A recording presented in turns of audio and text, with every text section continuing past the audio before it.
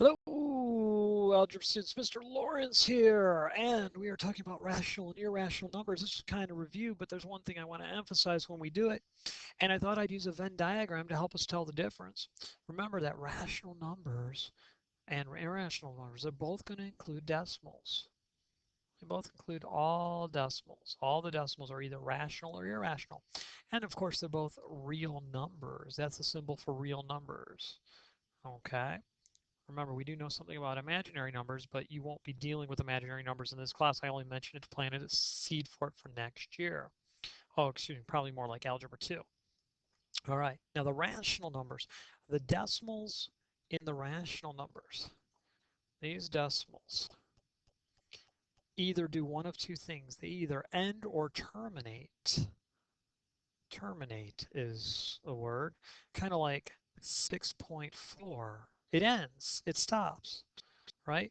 Or, for example, 3.1425 ends.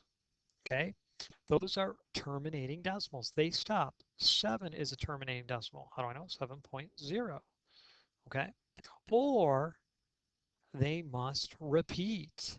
They either terminate or repeat.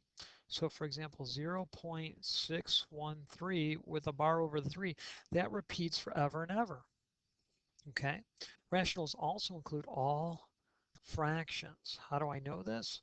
Because a fraction will always convert to a decimal that either ends, terminates, or repeats every single time.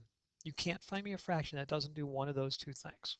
It's impossible. Some of you just found a challenge. You're going to lose. You're going to take hours trying to find one. There isn't one. Now, an irrational number, they include decimals, but the decimals in the irrational numbers do not terminate, which means they go forever. That's what it means. They don't terminate. They go forever.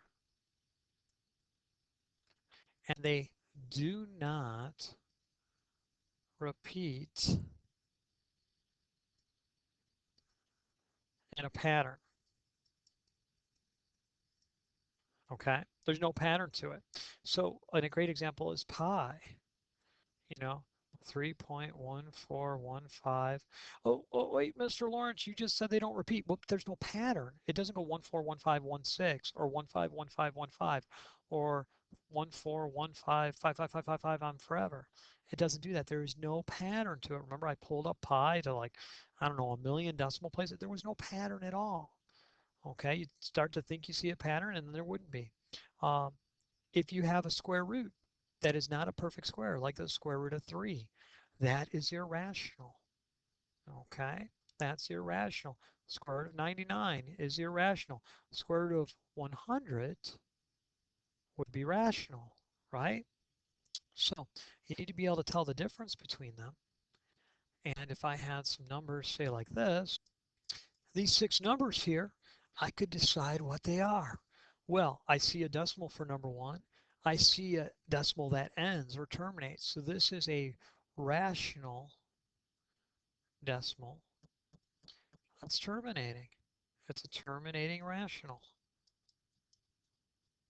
Okay? Number 2, well, I might want to divide it.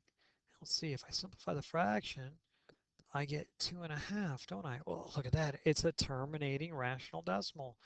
It's terminating, and it's also rational. Okay? Number 3, I don't know the square root of 2. I don't know a number times itself. I know it's approximately 1.41, but that puppy keeps on going without a pattern. This is an irrational number. It's an irrational decimal. Okay. Number 4, it's rational and it's repeating. How do I know it's repeating? It's got that little bar over it. By the way, an irrational one will never have this bar over it. Okay. Square root of negative 25. Well, you could argue that's 5. You might even be able to argue it's negative 5, but it's a terminating decimal, isn't it? Terminating decimal. Oh, rational, excuse me. It's a terminating rational number. It stops. This one here doesn't stop. It goes forever. There's no repeating bar. This is irrational, right? That's it. That's it for the video. All you have to do is learn what the difference between them is. All right, Mr. Lawrence signing off. Have a good night, everybody.